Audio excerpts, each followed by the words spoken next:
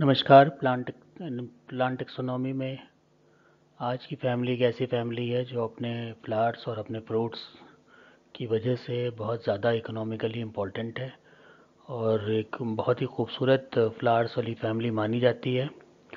और इसमें जैसा कि इसका नाम से ही ज़ाहिर हो रहा है, रोजेसी फैमिली है, तो रोजेसी में रोज़ आता है। और रोज़ की क्या अहमियत है फ्लावर्स में, ये कहने की, ये बताने की कोई ज़रूरत नहीं है। और इसी तरह से इसमें जो फ्रूट है एक बहुत ही अच्छा एक जो एप्पल है उसकी भी जो महत्व है वो भी बताने की ज़रूरत नहीं। तो इसमें ऐसे ही चीज़ें हैं कि जो बहुत ही ज़्यादा महत्वपूर्ण चीज़ें आ जाती हैं। और एक ऐसी फैमिली है जिसमें हम देखते हैं कि जो इंफीरियर ओवरी है उसका बड़ा अपना रोल होता है। और साथ ही साथ जो है इसमें भी वेरिएशन पाए जाते हैं। जो हैबिट है इसमें ये शरबी से लेके बड़े बड़े ट्री भी हो सकते हैं। और क्लाइमेटिक कंडीशन इनके लिए थोड़ा एक मुद्दे की बात होती है कि हर जगह ये ग्रो नहीं कर पाते, इनको कुछ स्पेसिफिक क्लाइमेटिक कंडीशन चाहिए होती है। तो आज इसके बारे में हम बात करेंगे फैमिली रोजेसी, जिसको रोज़ फैमिली कॉमनली हम कहते हैं। डिस्ट्रीब्यूशन की जहाँ तक बात है तो इसमें 110 जनरा और 3100 स्पीशीज़ हैं, 3100 स्पीशीज़ वाइड स्प्रेड है। लेकिन यूजुअली जो है ये नदर्न हेमिस्फेयर में एक तरह से कंसंट्रेटेड है, फैमिली के मेंबर्स हैं। और मेनली जो है वो टेम्परेट और आर्कटिक क्लाइमेट ये पसंद करते हैं। तो इनको ज़्यादा टेम्परेचर अगर होता है तो वहाँ पर इसके मेंबर्स ग्रो नहीं कर पाते। हम आम तौर पे भी देखते हैं कि गुलाब अगर हम घर पे लगाए हुए हैं तो उसमें भी जैसे जैसे टेम्परेचर बढ़ने लगता है, मार्च तक तो ठीक है, मार्च के बाद जब टेम्परेचर तेज़ी से राइज़ होने लगता है तो वहाँ पर हम देखते हैं कि गुलाब को बचाना अपने आप में एक चैलेंज होता है। और क्योंकि टेम्परेचर इसके लिए बहुत सेंसिटिव है और इसीलिए आप देख रहे हैं कि यहाँ पर टेम्परेट और आर्कटिक क्लाइमेट ये पसंद करती हैं इनके जितने भी मेंबर्स हैं इस फैमिली के। प्लेसमेंट को देखा जाए तो बेंथम हुकर ने इसे रोजेल्स में पहली बार क्लासिफाई किया था ऑर्डर में। और उसके बाद फिर इसमें कोई परिवर्तन नहीं हुआ, यहाँ भी रोजेल रहा। कंक्रिस्ट ने, तख्ताजान ने भी रोजेल्स रखा, डेलग्रीन ने भी रोजेल्स में ही इसको माना, थोरने ने भी यही किया। और यहाँ तक जो एपीजी और एपी वेब है ये भी रोजेल्स में ही इसको कंसिडर करते हैं। तो इसमें कोई भी परिवर्तन इसके ऑर्डर लेवल पे नहीं किया गया। अब मुख्य इसके फीचर क्या हैं उसको हम देख लेते हैं। तो प्लांट्स में सारे ही फॉर्म मिल जाते हैं। जो हैबिट है उसमें हर्बेशियस फॉर्म भी है, श्रबी फॉर्म भी है, ट्रीज भी हैं। लीव्स हम देखते हैं इसमें ज़्यादातर सिरेट होती हैं, जैसे गुलाब की पत्तियाँ सभी ने देखी होंगी। तो उसमें जो मार्जिन है वो सिरेट होते हैं, आरी नुमा उसमें मार्जिन्स होते हैं, तो उसी को सिरेट कहते हैं। स्टिप्यूल इसमें काफ़ी प्रभावी होते हैं। फ्लावर्स एक्टिनोमॉर्फिक होते हैं और यूजुअली पेरिगाइनस कंडीशन पाई जाती है क्योंकि ओवरी पूरी तरह से सुपीरियर इसमें नहीं रहती। और हाइपेंथियम पाया जाता है। सेपल्स और पेटल्स ज़्यादातर में तो पाँच पाँच होते हैं, लेकिन इससे ज़्यादा भी हो सकते हैं। पेटल्स में कुछ में क्लॉड हो जाते हैं, तो थोड़ा सा शेप जो है वो इस तरह से बन जाता है पेटल्स का, तो इसको कहते हैं क्लॉड। वेल डेवलप्ड नेक्टरीज भी पाई जाती हैं, तो बहुत खुशबूदार इसी वजह से ये फ्लावर्स होते भी हैं। और ये हाइपेंथियम के बेस के ऊपर जो स्टेमेंस है वहाँ पर ये मिल जाते हैं। स्टेमेन भी न्यूमरस होते हैं, कार्पल सिंगल होता है और कभी कभी न्यूमरस भी हो सकता है। और फ्री कंडीशन इसमें मिलती है। बहुत कम ऐसा होता है कि यूनाइटेड फॉर्म में कार्पल्स मिले। और फ्रूट यूजुअली फ्लैशी टाइप के होते हैं, हालांकि और भी वेरिएशन है। अभी फ्रूट वाला जब पार्ट आएगा तो वहाँ पर आप देखेंगे इसमें कितनी तरीके के फ्रूट्स मिलते हैं इस फैमिली में।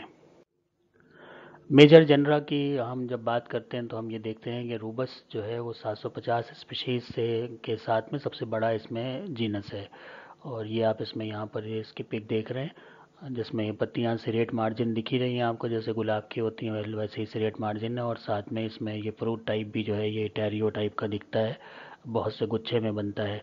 और उसके बाद पोटेंटिला है जो कि 500 स्पेशीज इसकी पाई जाती हैं और इसमें ये बहुत कलरफुल फ्लावर्स होते हैं। यूजुअली जो है वो पेंटामेरस होते हैं, लेकिन इसमें जो वर्लिंग है वो कभी कभी कुछ इसमें स्पेशीज़ में एक से एक या दो भी हो सकती है, जो पेटल्स हैं उनकी जैसे गुलाब में होती है। उसके बाद आता है प्रूनस। इसमें 430 स्पीशीज़ हैं। 430 स्पीशीज़ के साथ प्रूनस का ये फिगर आप देखिए, ये भी गुलाबी रंग के इसके पेटल्स होते हैं। और डार्क पिंक कलर के इसमें जो स्टेमेंस के स्टॉक्स हैं वो होते हैं। और इसमें भी न्यूमरस स्टेमेंस है, लगभग गुलाब की तरह होता है, लेकिन गुलाब में जो पेटल्स हैं उनके नंबर बहुत ज़्यादा होते हैं, इसमें उतने ज़्यादा नंबर नहीं होते। उसके बाद है क्रेटिगस।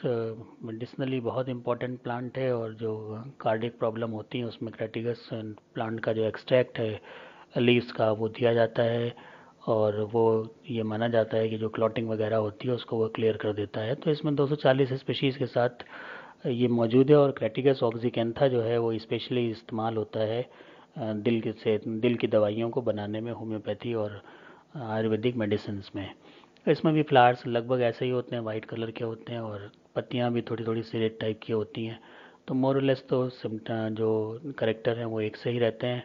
थोड़ा बहुत इसमें फ़र्क हो जाता है, तो वो जब हम दोनों को कंपेयर करते हैं तब हमें पता चलता है। एक ऊपरी तौर से आप इसमें जो फ्लावर्स के कलर हैं वो सब आप देखकर पहचान सकते हैं।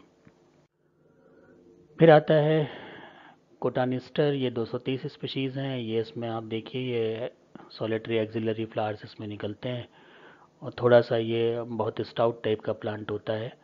उसके बाद है सॉर्बस। इसमें भी 230 स्पीशीज़ हैं, और ये थोड़े अम्बल टाइप के इन्फ्लोरेसेंस इसमें मिलते हैं। पत्तियां भी काफ़ी इलोंगेटेड टाइप की होती हैं, और जो डायरेक्शन है वो इनमें अपोजिट मिल जाता है, जो अक्सर इसमें नहीं होता, लेकिन इस प्लांट में आपको सॉर्बस में अपोजिट मिल जाता है। रोज़ा की बात करें तो ये बहुत ही भली भांति परिचित हैं आप सभी। इसमें भी 225 स्पीशीज़ इसकी मिलती हैं, और इसमें तो करेक्टर आप देख सकते हैं कि इसमें से जो लीव्स हैं वो सिंपल होती हैं, स्ट्रेट मार्जिन होती है, डार्क ग्रीन कलर की होती हैं, साथ में इसमें सेपल्स पेटल्स ये सब बड़े आराम से दिख जाते हैं। न्यूमरस स्टेमेंस होते हैं वो भी हमें पता चल जाते हैं, और कहीं पर भी ये घरों में लगा रहता है, तो आप उठा के इसको कभी भी प्रैक्टिकल के तौर पर इसको देख सकते हैं, इसको ऑब्जर्व कर सकते हैं, करेक्टर को भी देख सकते हैं इसमें सारे। उसके बाद आता है एल्केमिला। 220 स्पीशीज़ हैं इसमें। ये ब्राइट येलो कलर के फ्लावर्स निकलते हैं, इन्फ्लोरेसेंस लगभग अम्बल टाइप का बनता है। और उसके बाद है स्पीरिया। इसमें भी जो है वो इन्फ्लोरेसेंस आप देखिए कि ये भी एक कॉरिम्ब बना रहा है, और इसमें जो फ्लावर्स हैं वो भी गहरे गुलाबी कलर के होते हैं। पायरस की जहाँ हम बात करें तो पायरस में ये ट्री होता है, और पायरस में जो फ्लावर्स हैं वो वाइट कलर के होते हैं। इसमें भी न्यूमरस स्टेमेंस यही वगैरह आपको दिख ही रहे हैं, न्यूमरस स्टेमेंस। पत्तियों में इसमें सेरेशन जो है वो लगभग ना के बराबर होता है। उसके बाद है मैलस। इसमें 55 स्पीशीज़ पाई जाती हैं, और ये इनके बहुत ही शोई फ्लावर्स होते हैं। तो ऑर्नामेंटल में तो इसमें जितने भी प्लांट हैं सभी ऑर्नामेंटल अपने आप में है, क्योंकि इतने खूबसूरत फ्लावर्स, और साथ में इनकी महक भी बहुत अच्छी होती है ज़्यादातर फ्लावर्स की। तो ऑर्नामेंटल में तो इस फैमिली का कोई जवाब ही नहीं है। उसके बाद है जीएम। इसकी 40 स्पीशीज़ हैं। इसमें भी आप देख लिए लगभग गुलाब की तरह का फ्लावर इसमें होता है। उसके बाद है फ्रेगरेरिया, और फ्रेगरेरिया में आप ये इसका फ्लावर देख रहे हैं, और ये इनका बहुत ही करेक्टरिस्टिक जो फ्रूट होता है, जो कि एक वो होता है, इटैरियो होता है, वो आप देख सकते हैं। और साथ में इसमें जो परसिस्टेंट कैलेक्स होते हैं या पिकेलेक्स इसमें पाए जाते हैं वो भी परसिस्टेंट होते हैं, तो वो यहाँ दिख जाते हैं। तो इन सब जो मेजर जनरा हैं, इसके बाद हम बात कर लेते हैं इसमें जो एक यूजुअल डिस्क्रिप्शन दिया जाता है फैमिली का। उसमें हम देख सकते हैं कि हर्बेशियस फॉर्म है, जैसे एल्केमिला था और फ्रेगरेरिया था जो आपने फिगर्स देखे। इसी तरह से श्रबी फॉर्म में रोज़ा और रूबस हैं। ट्री में प्रूनस आ जाता है, मेलस आ जाता है, पायरस आ जाता है। क्लाइंबिंग फॉर्म भी रोज़ा में कुछ ऐसे स्पीशीज़ हैं जो क्लाइंबिंग होती हैं, और कभी कभी ये रनर के तौर पर भी मिल जाते हैं जैसे फ्रेगरेरिया में। और इसमें ज़्यादातर में क्या होता है कि स्टम वगैरह में प्रिकल्स और थॉर्न इसमें पाए जाते हैं। यूजुअल करेक्टर होता है। लेटेक्स इसमें नहीं पाया जाता, और नोड्स जो हैं वो ट्राई लेकुनर होती हैं और रेयरली यूनिलोकुलर होती हैं। तो यूजुअल कंडीशन ट्राई लेकुनर है। यहाँ पर ये फिगर दिया हुआ है, इसमें आप देख सकते हैं कि जो इसमें यूनी लेकुनर है, इसमें आपको यहाँ पर एक लीफ गैप मिल रहा है। उसके बाद अगर हम देखें ट्राइलोकुलर में तो आपको 1 2 और 3 तीन लीफ गैप मिल रहे हैं। इसी तरह से इसके बाद जो मल्टीलोकुलर कंडीशन है उसमें ये लीफ गैप और बढ़ जाते हैं। तो ये बेसिकली इसको लेकुनर कहते हैं कि जितने लीफ गैप मिल रहे हैं उसके हिसाब से उसमें यूनी और ट्राई और मल्टी लेकुनर कंडीशन मिलती है। हैबिट हम देखते हैं तो हैबिट जैसा भी बात हुई है कि सभी फॉर्म में मिल जाता है। ये प्लांट जो अगर हर्बेशियस हैं तो वो एनुअल भी होते हैं, और अगर ट्री या श्रबी हैं तो वो पेरिनियल भी होते हैं। और इसमें जो क्लाइंबिंग मेरे इरेक्ट हैं, जैसे रोज़ा में क्लाइंबिंग भी है, इरेक्ट दोनों फॉर्म पाई जाती हैं। श्रब और ट्रीज़ भी मिल जाते हैं। साइडोनिया स्पीशीज़ जो है वो झाड़ियाँ बनाती है, झाड़ी नुमा उसकी ग्रोथ होती है, श्रबी फॉर्म होता है। और ट्री जो है वो बहुत जो मशहूर पेड़ हैं उनमें आ जाते हैं, जैसे कि पुरूनस है जो बादाम का पेड़ है। ये सब आपको पहाड़ी इलाकों में, जो ठंडे इलाके हैं वहीं दिखेंगे। मैदानों पे ये देखना बहुत एक नामुमकिन सा काम होता है। इसी तरह से आरू जिसे कहते हैं, पुरूनस परसिका, वो भी आपको पहाड़ों पर मिलेगा। पायरस कॉमिनस है, नाशपाती है, ये भी पर्वतीय इलाकों की प्लांट होता है। पायरस में मेनस, ये सेब है जो जंगली टाइप का सेब है, वो भी पहाड़ों पे उगता है। तो हम देखते हैं कि ये सब जितने भी फ्रूट्स हैं इनकी सप्लाई हमें जो हिमाचल प्रदेश है, कश्मीर है, और कुछ की जो है उत्तराखंड से, यहाँ से हो जाती है। और नाशपाती वगैरह साउथ के जो नीलगिरी हिल्स है वहाँ मिल जाते हैं। तो इसका जो टेम्परेचर, बहुत बहुत बड़ी बात है। टेम्परेचर ये बहुत सेंसिटिव होते हैं और हाई टेम्परेचर बर्दाश्त नहीं कर पाते। इसलिए जितने भी ठंडे इलाके हैं दुनिया भर के, वहीं पर ही आप इनको, इन प्लांट्स को देख सकते हैं। रूट जैसा कि हम देखते हैं कि डाइकॉट्स में जिस तरह की रूट मेनली होती है, टैप रूट है, और ब्रांचिंग इसमें अच्छी खासी होती है। एडवेंटिशियस ब्रांचिंग इसमें पाई जाती है। और ये प्लांट जो है स्टेम की कटिंग से भी लगाए जाते हैं, उनकी कटिंग में क्षमता होती है कि रूट्स को जनरेट कर देती है। तो गुलाब के केस में कटिंग वगैरह हम लगा के देखते भी रहते हैं, वहाँ पे कटिंग से आसानी से प्लांट ग्रो हो जाते हैं पर्टिकुलर मौसम में। बस गर्मी में ना लगाइए आप, इसमें अक्टूबर के आसपास ये कटिंग लगा दीजिए तो ये ग्रो कर जाते हैं। तो यहाँ पर ये रूट आपको दिखाई पड़ रही है, जिसमें ब्रांचिंग वगैरह सभी नज़र आ रही है। फिर बात होती है स्टेम की, तो स्टेम इरेक्ट होता है, प्रोस्टेट भी हो सकता है, क्लाइंबर भी हो सकता है। अब ब्रांचिंग तो होएगी इसमें, तो कोई डाउट ही नहीं, अनब्रांच तो होता नहीं है। हार्ड वुडी होता है, रनर और सकर के तौर पर भी मिल जाते हैं। वेजिटेटिव प्रोपोगेशन इसका रनर के तौर पे भी हो सकता है, सकर भी इसके लगाए जाते हैं, कटिंग भी लगाई जाती हैं।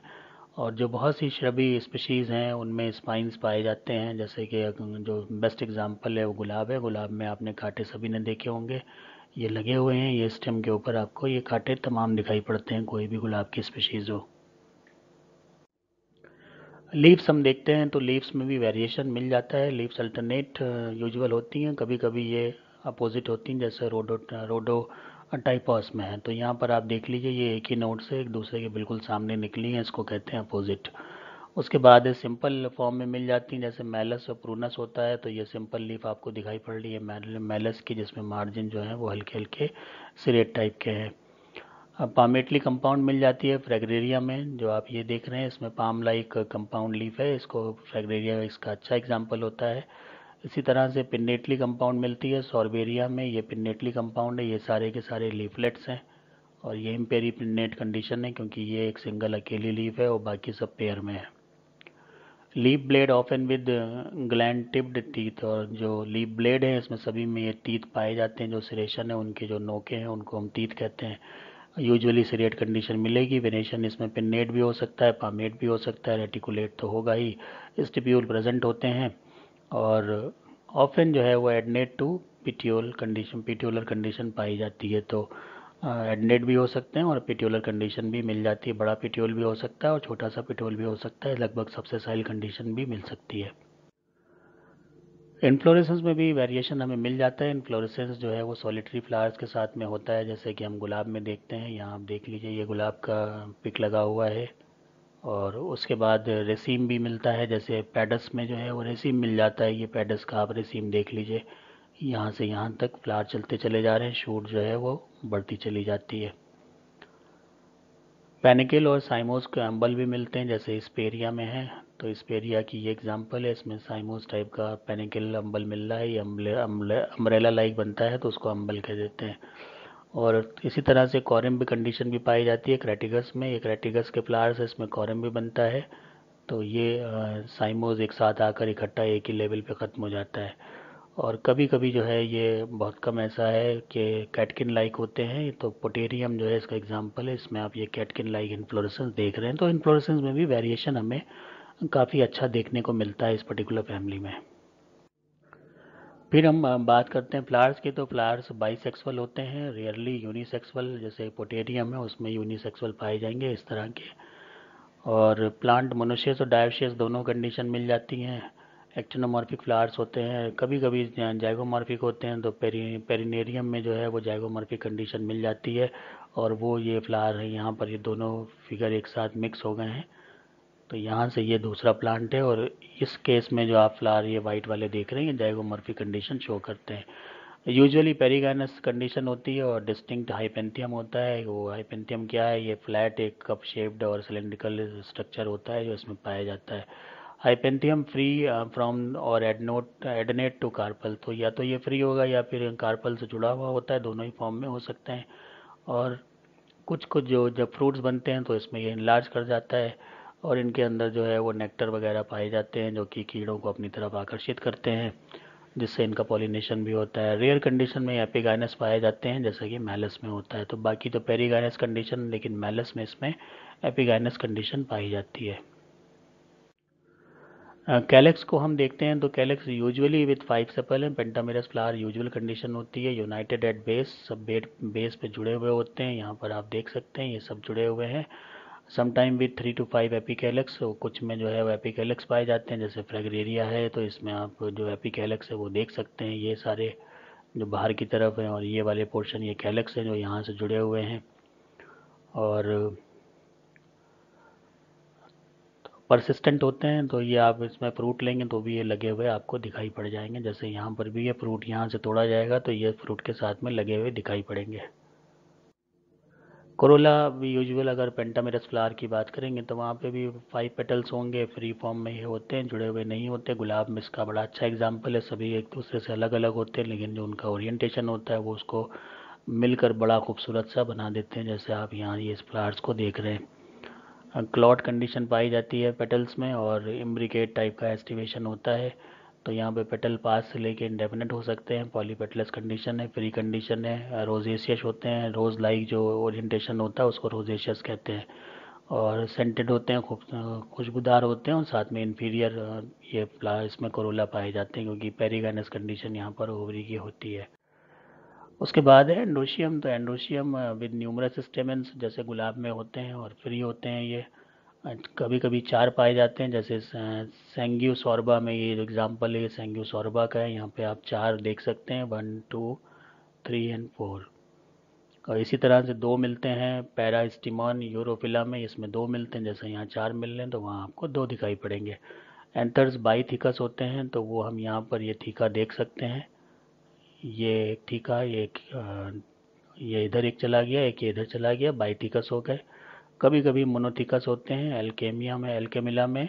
और डेहिसन्स लॉन्गिट्यूडनल होता है, थीका है तो इसी से ही ये डेहिस होंगे। और पोलन ग्रेन ट्राई कॉलपोरेट होते हैं, तो पोलन ग्रेन है उसमें 3 जो है वो रंध्र टाइप के स्ट्रक्चर दिखते हैं, तो ट्राई कार्पोरेट उसको बोलेंगे। गैनोशियम हम देखते हैं तो गैनोशियम में भी थोड़ा बहुत वेरिएशन इसके अलग अलग जो जीनस है उनमें मिल जाता है। तो इसमें अगर सिंगल की बात करें तो इसमें प्रूनस एग्जाम्पल होता है कि सिंगल कार्पल मिलेगा, 2 से 3 कार्पल क्रेटिकस में मिलते हैं। और रोज़ के केस में ये बहुत से होते हैं। यूजुअली फ्री होते हैं, रेयरली कोनेट होते हैं, क्रेटिकस में ये और पायरस में ये कोनेट होते हैं, जुड़े हुए होते हैं। समटाइम एडनेट टू हाइपेंथियम, तो हाइपेंथियम जो एक एडिशनल स्ट्रक्चर बनता है उसके साथ में जुड़े हुए भी मिल जाते हैं कभी कभी। ओवरी सुपीरियर होती है या फिर इन्फीरियर कंडीशन भी देगी, अगर पेरिगाइनस है तो वहाँ पर इन्फीरियर भी हो जाती है। यूजुअली यूनिलोकुलर होते हैं, ओव्यूल 1 से 2 या फिर उससे ज़्यादा भी हो सकते हैं। यूनिटेगमिक होते हैं या बाईटेगमिक भी हो सकते हैं। और क्रैसी न्यूक्लिएट होते हैं। प्रेजेंटेशन बेसल होता है, लेटरल और एपिकल। रेयरली एक्साइल प्रेजेंटेशन पाया जाता है जैसे पायरस में, तो उसके अलावा तो सब में बेसल है, लेकिन इसमें जो है वो रेयरली कंडीशन में पायरस में एक्साइल पाया जाता है। अब ये क्रैसिनुलिकेट इसमें जो एग्जांपल दिया हुआ है वो किस तरह का होता है, तो यहाँ पर आप देख लीजिए। ये तो ओरिएंटेशन हो गया, इसमें जो कैलाजा लैंड है, फ्यूनिकुलर लैंड है, ये सारे दिख रहे हैं आपको। और उसके अंदर आप जो बाकी स्ट्रक्चर हैं वो आप देख सकते हैं कि कहाँ पर क्या हमें मिल रहा है। तो ये तो इसमें टेक्निक हो गए, इनकी टेक्निक है, तो ये बाई टेक्निक नेचर आपको दिखाई पड़ रहा है। दो टेक्निक दिख रही हैं, एक अंदर से आ रही है और एक बाहर की तरफ है, जैसे कि हमने कभी एफेड्रा में पढ़ा था। तो बहुत से लोग इसको कभी कभी जो है वो प्रिमिटिव फैमिली में भी कंसिडर कर लेते हैं इन सब कारणों की वजह से। तो ये स्ट्रक्चर जो है इनको ही हम कहते हैं क्रैसी न्यूक्लिएट कंडीशन, क्योंकि जो इसमें न्यूक्लियाई हैं वो क्रैसी फॉर्म में होते हैं। अब इसमें ये फिगर थोड़ा सा छोटा मिल पाया और यही मिल पाया है, तो इसको इनलार्ज करके दिखाएं तब आपको पता चलेगा। बहरहाल आप ये जान लीजिए कि क्रैसी न्यूक्लिएट कंडीशन इसमें मिलती है, जो कि एक कभी कभी प्रिमिटिव कंडीशन में कंसिडर कर ली जाती है। और इस वजह से जो फैमिली का जो प्लेसमेंट है वो शुरुआत में कोई एक दो साइंटिस्ट ने इसको प्रिमिटिव के साथ में भी रखा हुआ था। फ्रूट्स हम देखते हैं तो फ्रूट्स में भी वेरिएशन है, फॉलिकल फॉर्म में मिल जाते हैं, जैसे स्पेरिया में मिलते हैं, तो ये इसका पिक है, ये फॉलिकल बन रहे हैं। एकीन मिलते हैं रोज़ा में, तो एकीन रोज़ा ये हो गया। उसके बाद हैं ड्रूप कंडीशन पाई जाती है प्रूनस में, ये ड्रूप कंडीशन मिल रही है। पोम मिलते हैं मैलस में, तो जैसा आप देखते हैं जो पोम सेब भी जो होता है वो भी पोम होता है, तो सेब का आपने सभी ने देखा हुआ है, इसलिए यहाँ लगा हुआ नहीं है। और एग्रीगेट होते हैं टेरियो ऑफ एकीन के पोंटिलिना में, तो पोंटिलिना में यहाँ देख लीजिए ये एग्रीगेशन बन रहा है, एकीन बना रहे हैं। और इसी तरह से ड्रूप के टेरियो होते हैं, जो एग्रीगेशन ड्रूप का होता है वो रूबस में मिलता है, रूबस की फिगर ये है। तो ये सारी कंडीशन मिलती है इसमें। जो एक सेब वाला कंडीशन है जो पोम होता है वो यहाँ नहीं दिखाया, तो सेब की आप फ्रूट को देख लीजिए, उसका एक लॉन्गिट्यूडनल सेक्शन काट के देख लीजिए, आपको ऐसे ही फिगर मिल जाएगा। उसका पिक आप ले लीजिए और अपने पास रख लीजिए, इसमें शामिल कर दीजिए, तो ये थोड़ा सा आपका अपना भी काम हो जाता है और हम सीख भी जाते हैं इसी तरह से। सीड में जो है वो स्टेट एम्ब्रियो यूजुअल कंडीशन होती है और एंडोस्पर्म इसमें नहीं होता, एंडोस्पर्म इसमें कंज्यूम हो जाता है एम्ब्रियो के डेवलपमेंट में। पॉलिनेशन की अगर हम बात करते हैं तो हम ये पाते हैं कि पॉलिनेशन, क्योंकि इसमें खुशबूदार फ्लावर्स होते हैं तो इंसेक्ट को अट्रैक्ट करते हैं, इंसेक्ट पॉलिनेशन होता है इसमें, जो कि एक प्रिमिटिव करेक्टर माना जाता है। डिस्पर्सल इसमें बर्ड्स के द्वारा भी हो जाता है, एनिमल्स के द्वारा भी हो जाता है और हवा से भी हो जाता है। फ्लोरल फार्मूला और डायग्राम हम देखें तो इसमें एग्जांपल के तौर पर रोज़ प्लांट लिया हुआ है, इसलिए लिया है क्योंकि ये प्लांट आपको अपने आसपास अपने घरों में मिल जाएगा।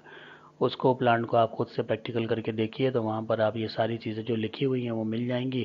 तो यूजुअल कंडीशन में तो एक्टिनोमॉर्फिक होता है जो यहाँ दिख रहा है, और रेयर कंडीशन में जाइगोमॉर्फिक होता है। ये रोज़ की कौन सी स्पीशीज़ है इस पर डिपेंड करता है। यूजुअल कंडीशन में वैसे आपको एक्टिनोमॉर्फिक ही मिलेगा। और ये हर्माफ्रोडाइट होते हैं, तो दोनों ही सेक्सेस मौजूद हैं। इसमें ये मेल पार्ट भी दिख रहा है, ये फीमेल पार्ट भी दिख रहा है। के 5 होते हैं, तो के ये 5 हो गए, के जुड़े हुए होते हैं, तो हम देख रहे हैं मार्जिन ये जुड़े हुए हैं सब। बेसिली कोनेट कंडीशन बताई थी, C5 होते हैं, पॉलीपेटलस होते हैं, तो ये जुड़े हुए हैं और ये कई वर्ल में भी हो सकते हैं।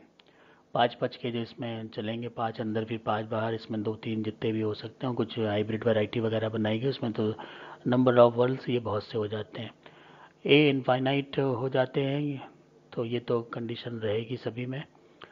जी यूनी होता है कंडीशन, लेकिन कभी कभी जो है वो मल्टी कार्पोलरी कंडीशन भी पाई जाती है, जैसे गुलाब में आपको कुछ में मल्टी कार्पोलरी कंडीशन मिल जाएगी। और ये आपको ये सब अलग अलग कार्पल दिख रहे हैं, लेकिन ये कार्पल फ्यूज़ नहीं होते हैं, ये सब फ्री होते हैं।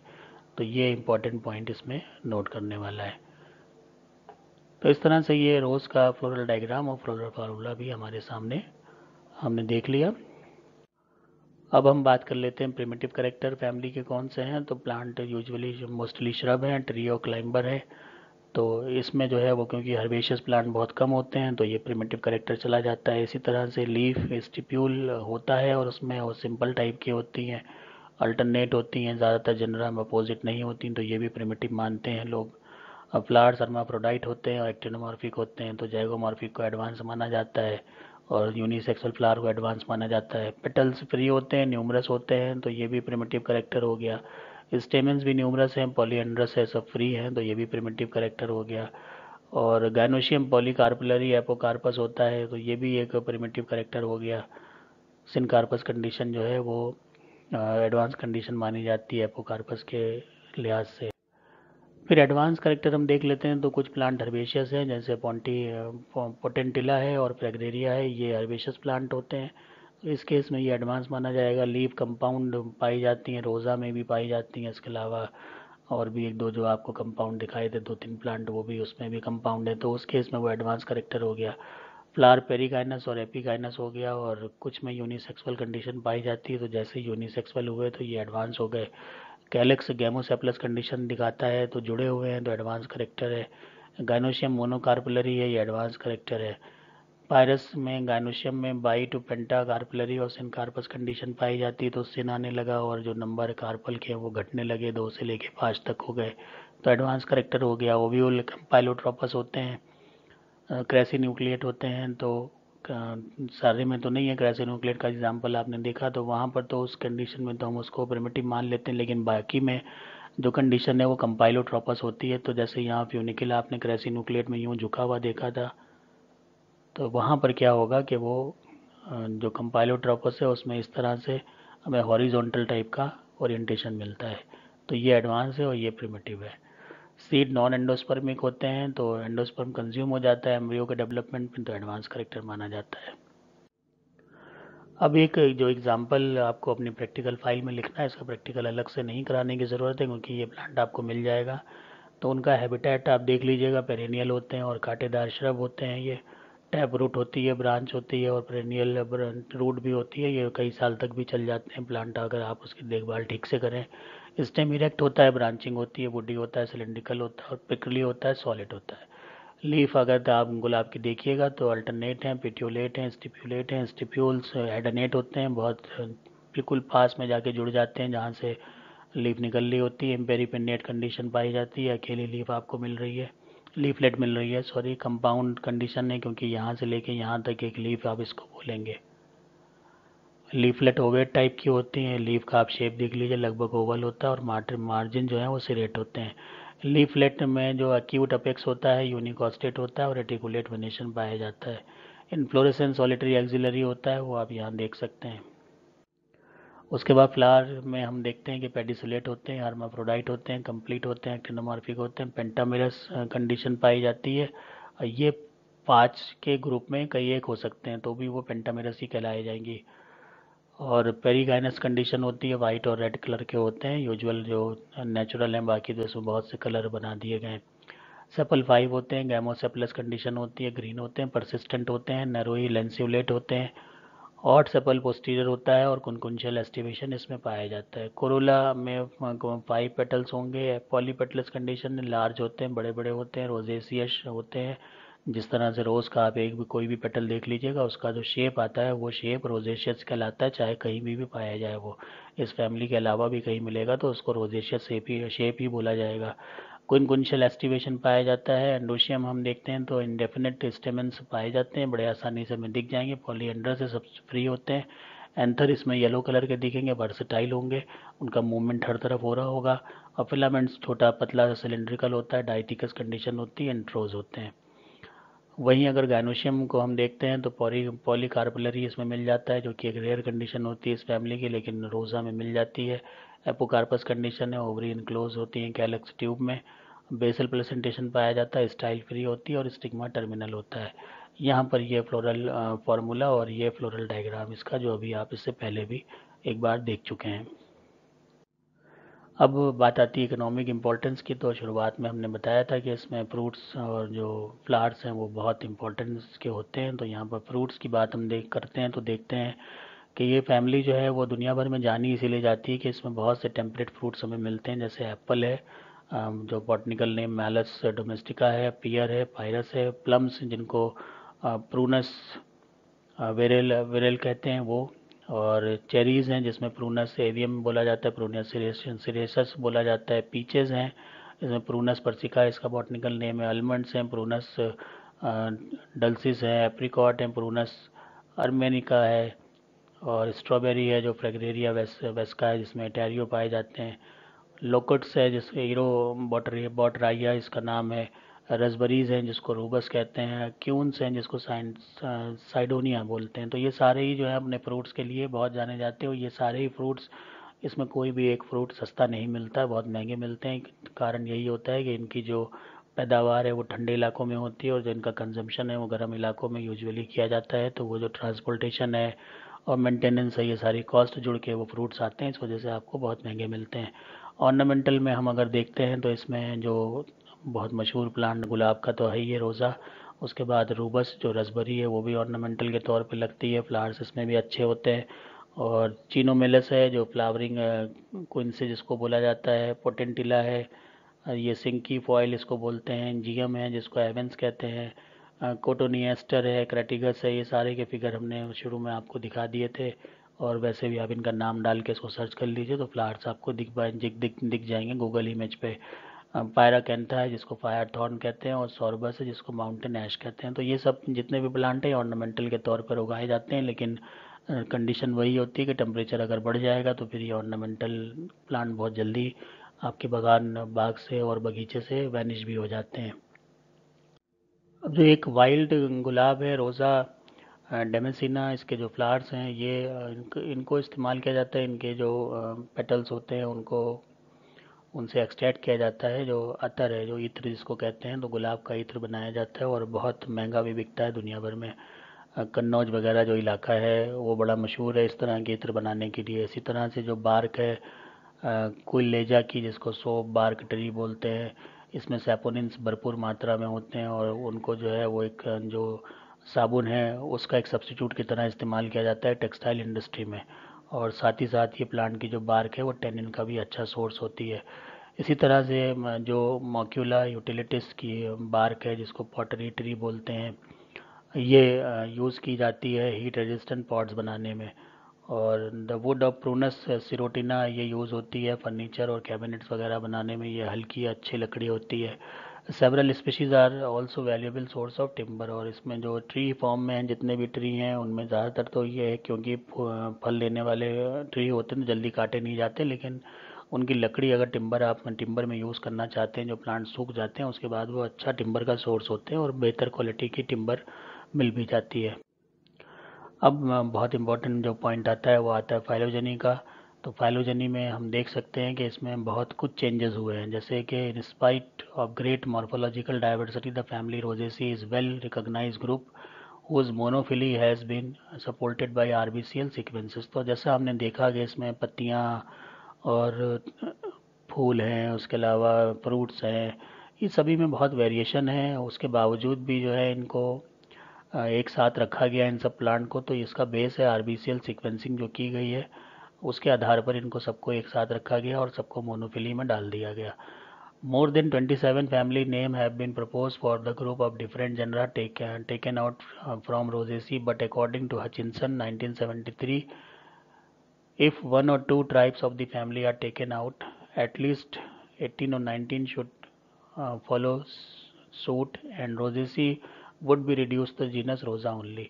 तो उनका ये कहना था कि इसमें इतनी वेरिएशन है, मॉर्फोलॉजिकल वेरिएशन है, अगर हम मॉर्फोलॉजिकल वेरिएशन के आधार पर इसको हम विभेद करना शुरू कर दें तो हो सकता है कि सिर्फ जो रोजेसी फैमिली जिसको हम इतना बड़ा पढ़ रहे हैं उसमें सिर्फ रोज़ रह जाए और बाकी सारे प्लांट इसमें हट जाएं। तो उनका भी यही मानना था कि जो मॉर्फोलॉजिकल वेरिएशन है इसको हम इसमें हमारा इनपुट होना चाहिए, जो भी फाइलोजेनेटिक है उसका भी। अदरवाइज़ क्या होगा कि जो मोनोफिली है वो कहीं ना कहीं नज़रअंदाज हो जाएगी और पॉलीफिली कंडीशन इसमें दिखने लगेगी, या फिर ऐसा करना पड़ेगा कि रोजेसी फैमिली में सिर्फ एक मोनोटिपिक जीनस रोज़ा रख के उस फैमिली को ख़त्म कर दिया जाए। तो इस पे लोगों की जो कंसेंसस थी वो नहीं बन पाई। तो जाहिर सी बात है कि इसमें हम देखते हैं कि बहुत डाइवर्सिफिकेशन हमें हर चीज़ में मिला है, लेकिन फैमिली एक ही मानी गई है। और इसको जो पुख्ता कर दिया है वो आरबीसीएल सीक्वेंसिंग ने कर दिया है। ये जो भी ये किया गया था फाइलोजेनेटिक बेस बना के वो करेक्ट किया गया था। और अगर इसके अलावा मॉर्फोलॉजी में इसमें जाएंगे तो बहुत ज़्यादा कन्फ्यूज़न बढ़ जाएगा इसके प्लेसमेंट को लेकर। तो हचिंसन चाहते थे कि ज़्यादातर जितने भी उनके समकक्ष जो लोग टैक्सोनॉमिस्ट थे वो ये चाहते थे कि वो इसको इसी तरह से फॉलो करें। और एक ब्रॉडर लिमिटेशन के हिसाब से अगर हम देखेंगे तो फैमिली में रिकॉग्निशन नहीं हो पाएगा एक सेपरेट ग्रुप जिसको कि क्राइसोबैलिनेसी बनाया गया था और न्यूराडेसी बनाया गया था। ये पहले अलग अलग फैमिली बना दी गई थी, बाद में जो आरबीसीएल सीक्वेंसिंग के आधार पर ये दोनों फैमिली रोजेसी में शामिल कर दी गई। और हचिंसन ने यही कहा था उस वक्त जब उन्होंने ये बोला था कि 1973 में कि सभी को इसी तरह से सोचना चाहिए, नहीं तो ये फिर जो अ, हम कहते हैं कि जो पॉलीफिली है या पैराफिली है वो दिखने लगी, वो मोनोफिली वहाँ से गायब हो जाएगी। These two last family have been recognize as distinct in all major classification. क्योंकि ये ज़्यादातर जो उस वक्त के मॉर्फोटेक्सोनॉमिक बेस्ड क्लासिफिकेशन थे उसमें क्राइसोबेलिनेसी और न्यूराडेसी अलग अलग ही दिखाई थी और सभी लोग उस पर चले, लेकिन बाद में ये माना नहीं गया कि भाई इस तरह से अगर हम अलग करेंगे तो बहुत गड़बड़ हो जाएगी और इनको रोजेल्स में डाल दिया जाए। तो डेलग्रीन ने क्या किया कि क्राइसोबेलिनेसी को थीनी में डाला गया, ऑर्डर इसका लिया गया थियल्स। लेकिन जो न्यूरोडेसी थी उसको रोजेसी के साथ में रखा गया, ऑर्डर रोजेल्स में। तख्ताजान ने इनको क्या किया कि न्यूरोडेसी को रोजेल्स में रख दिया रोजेसी के साथ में, लेकिन जो क्राइसोबेलेनेसी थी उसको डिस्टिंक्ट ऑर्डर दिया क्राइसोबेलेनेस में। तो अगर मॉर्फोटेक्सोनॉमी में लोगों ने किया काम और थोड़ी बहुत उसमें उस वक्त की जो भी अवेलेबल मॉलिकुलर अप्रोच थी उसके आधार पर जो प्लेसमेंट था वो अपने आप में सेट नहीं हो पा रहा था, तो कोई जो था वो क्राइसोबेलेनेसी को अंदर अलग रख रहा था, कोई जो था वो क्राइसोबेलेनेसी को चाह रहा था कि रोजेसी के साथ में रख दिया जाए under the order Rosales. Thorne ने 1999 में shifted both family from Rosidae to Dilleniidae. तो थोर्ने ने एकदम नया काम किया और इसमें से रोजिडी से निकाल के इसको डेलिनिडी में डाल दिया गया, और उसमें ग्राइसोबेलेनेसी अंडर डेलिनी डाला गया और डेलिनेल्स ऑर्डर दिया गया, और जो न्यूरोडेसी थी उसको अंडर मालविनी डाला गया और मालवेल्स ऑर्डर में डाल दिया गया। लेकिन बाद में रिवीजन जो उन्होंने खुद से किया 2003, 2006, 2007 में, तो इन्होंने जो डेलिनी था उसको हटा दिया, और 2007 में डेलिनी का कोई जिक्र उन्होंने नहीं किया, और उस जो प्लेसमेंट किया रोजेसी का वो रोजेडी में किया, रोजनी और रोजेल्स ऑर्डर इसमें आ गया। न्यूराडेसी को इन्होंने मालवेडी में किया, मालवेनी में डाला, मालवेल्स में डाला और सिस्टनी में इसको प्लेस किया। जबकि क्राइसोबेलिनेसी को रोजेडी में उन्होंने कंसिडर किया, पोडोस्टिमिनी जो इसका अलग क्लासिफिकेशन का क्लैट था वो दिया, और यूफोरबियल्स ऑर्डर में डाल दिया। APG2 और AP वेब ने इनको क्राइसोबेलिनेसी को यूरोसिट्स में डाल दिया और मेलपिगियल्स ऑर्डर इसको दिया। वहीं उसको नेरोडेसी को यूरोसिड 2 में डाल दिया गया और इसको मालवेल्स ऑर्डर में दिया गया। जबकि जो रोजीसी था उसको यूरोसिड 1 में डाल दिया गया, और उसको मतलब दोबारा वही रिटेन रखा गया और रोजेल्स में ही कंसिडर किया गया। तो इन तीन फैमिलीज़ को लेके बड़ा पुराने वक्त में इधर उधर फेरबदल हुआ है, और अभी भी जो फोर्थ आएगा APG4 उसमें हो सकता है कि प्लेसमेंट में हमें कुछ ना कुछ परिवर्तन देखने को मिल जाए इनका। The family has often been consider closely related to सेक्सी और Crassulaceae, but the RBCL data identify Almasi, Celtidaceae, Moraceae, Atricaceae and Rhamnaceae as sister groups। तो ये जो उन्होंने RBCL डेटा किया था सेबेलोनियन एटॉल ने 2000 में अपना पेपर प्रस्तुत किया था, उसमें इन्होंने ये माना कि ये सब सिस्टर ग्रुप्स हैं, अल्मेसी, सेल्टिडी और मोरेसी, एट्रिकेसी, रैमनेसी। और usually 4 sub families are recognize within Rosaceae, और फाइनली जो है वो फिर 4 सब फैमिली पर सहमति बनी थी इस पेपर के आधार पर। उसमें एक था मेलोंडी जिसमें कि पोम लाइक फ्रूट पाए जाते हैं, इसी तरह से एमिग्लायोडी जिसमें प्रोनोइडी को भी इसमें माना जाता है। पहला पुराना नाम इसका प्रोनोइडी था क्योंकि इसमें प्रूनस एमाइग्लोडस नाम का एक फ्रूट जो मिलता है वो था, और ये इसमें फ्रूट ड्रूप थे, कार्पल एक था और नेक्टरीज इसमें पाई जा रही थी पिटियोलो लेमाइना पे। वहीं जो रोजेडी था, रोजेडी सब फैमिली, उसमें फ्रूट एकीन था और ड्रूपलेट्स एकीन थे या फिर ड्रूपलेट्स थे। और जो चौथी सब फैमिली थी स्पायरोइडी, इसमें फॉलिकल ऑफ कैप्सूल थे। तो फ्रूट टाइप के आधार पर इनकी जो सब फैमिली बना दी गई। तो जब ये सवाल कभी आता है कि रोजेसी में सब फैमिलीज बनाने का जो क्राइटेरिया था वो क्या था, तो आपका आंसर होगा जो टाइप ऑफ फ्रूट्स थे उसके आधार पर रोजेसी में अलग अलग सब फैमिली बनाई गई। वहीं हम अगर देखें तो पोजीशन जो ड्राइडी की थी, जिसके अंदर सर्कोकार्पस और ड्रायास और काउनिया और चम्बेटिया नामक जीनस आते थे, इनको भी रोजेटी में डाल दिया गया था, लेकिन उस वक्त इनका कुछ भी जो प्लेसमेंट था वो सर्टेन नहीं था। वो इसलिए था क्योंकि इनमें जो फ्रैगमे मिडेसियस रस्ट थे ये इसमें नहीं पाए जाते थे, और जो इनकी रूट्स थी उसमें नाइट्रोजन फिक्सिंग फ्रेंकिया वगैरह भी मिल जाते थे, जो कि अलग जो करेक्टर है वो रोजडी से मिलता हुआ नहीं था, जिस वजह से फिर इनको अलग कर दिया गया। तो इस बेस पर इनको अलग कर दिया गया क्योंकि इसमें जो एसोसिएशन थी वो मिल रही थी कुछ रस्ट और जो बैक्टीरिया उनके साथ में, जो कि रोजेसी फैमिली के जो अलग दूसरे मेंबर हैं उनके साथ में नहीं मिलती थी, लेकिन कभी इनको एक साथ डालने की कोशिश की गई थी और फिर वो अनसर्टेन रहा था। अब आज के हिसाब से अगर हम देखें तो इनको ये माना गया कि ये बहुत ही बेसल लेवल के फ़र्क हैं, और इसको अभी भी ये इशू है, और APG4 में ये तय हो पाएगा कि ये इसमें सर्टेनिटी के साथ आता है ये चीज़ें, ये जो जीनस के जिनके नाम लिखे हुए हैं सर्कोकार्पस, ड्रायस, काउनिया और चम्बाटिया, या फिर नहीं आता है। तो इसके साथ में जितना भी इंफॉर्मेशन रोजेसी की आपको देनी चाहिए थी वो मैंने यहाँ पर आपके सामने प्रस्तुत कर दी, और उम्मीद है कि आपको ये काफ़ी कुछ समझ में आ गया होगा। और जो इसका प्लेसमेंट है, साथ में जो एफिनिटीज़ हैं अलग अलग फैमिलीज़ के साथ, और क्या परिवर्तन बीच में हुए, इनको आप 2-4 बार पढ़िएगा, तो अगर फिर उसको आप समझ पाएंगे, क्योंकि ये एक बार में समझने वाली चीज़ नहीं है। मैंने आपको बता दिया और आपने सुन लिया और आपको याद रहे, एक नामुमकिन सा काम है। तो इसमें आपको दोबारा से एक बार इसको सबको पढ़ना पड़ेगा, और फिर पढ़ने के बाद आप जब इसको क्लासीफाई करना शुरू करेंगे और कुछ नाम आपको याद हो जाएंगे, तब जाकर आप जो उसमें कभी सवाल आता है कि इसका जो भी फाइलोजेनी है उससे रिलेटेड आपकी इन्फॉर्मेशन क्या है, तब आप उसका आंसर बड़े अच्छे से कर सकते हैं। तो इसके साथ में ये फैमिली जो रजिस्ट्री थी ये समाप्त हो गई। अब इससे रिलेटेड जो कुछ सवाल हैं वो पूछ लीजिए, और ये वो रेफरेंसेस हैं जो आपको और मददगार साबित होंगे जब भी आप इस फैमिली को भविष्य में पढ़ेंगे। तो इसी के साथ में धन्यवाद।